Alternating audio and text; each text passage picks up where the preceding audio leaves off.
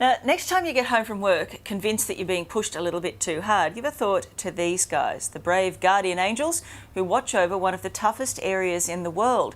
From heart attacks to blazing buildings, you call and they'll be there. Grant Williams takes us on a tour of Fire Station 9.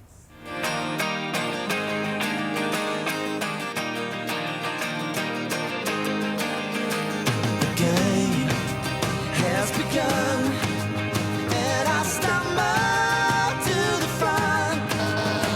There's no real control. This is downtown Los Angeles, Skid Row, where heroin and crack cocaine flood the meanest streets in the city.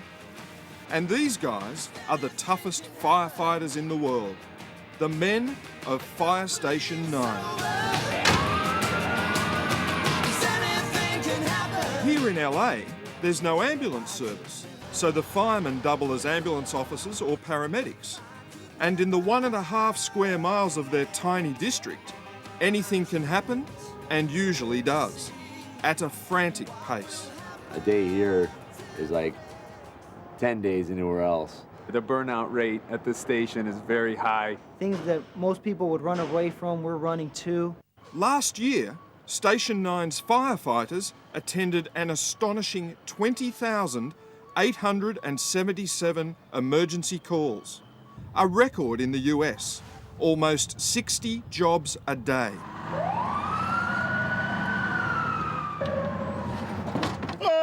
Blood pressure 116, pal. My shoulder's hurting really bad. He wants to hold it. Oh, God. The person down, 11601 Gorham Avenue. Your timeout is 13:28.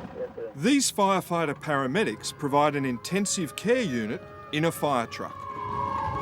LAPD have called them to yet another heroin overdose, and Greg Lewis and Chris Badiker have dealt with more ODs than they've had hot dinners. Oh, yeah. Oh, yeah. Wake up, pal.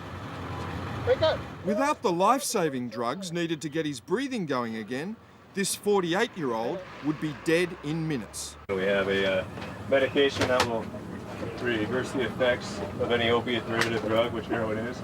It's a lot quicker intravenously, but I missed the vein, so we just go into the muscle.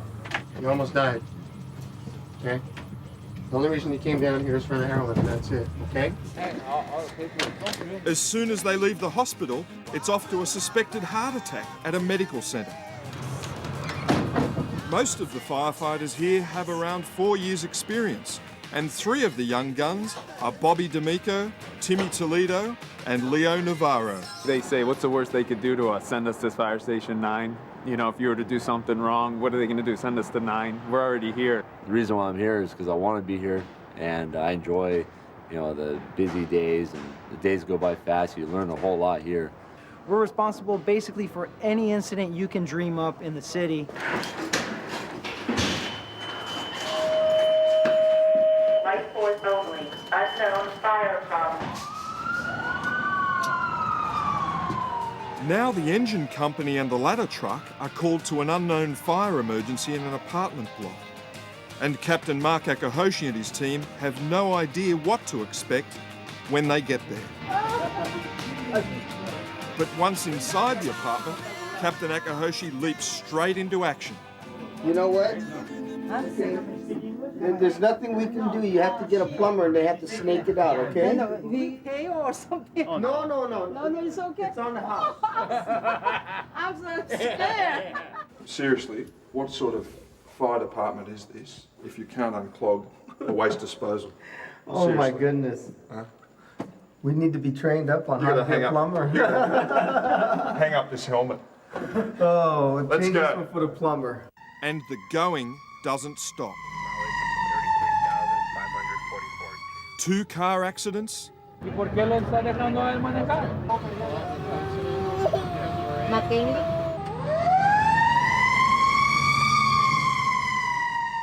Hey, yeah, I saw the whole thing, so I was right behind that car. an elderly woman collapsed, Put your feet up and scoot all the way back. All the way back. and a man bashed over the head. It's now 1 a.m. 5 hours to go in a 24-hour shift. Most of the crew have just gone to bed. Within minutes, 7 fire stations, including this one, are called out to a report of a massive explosion. Clear.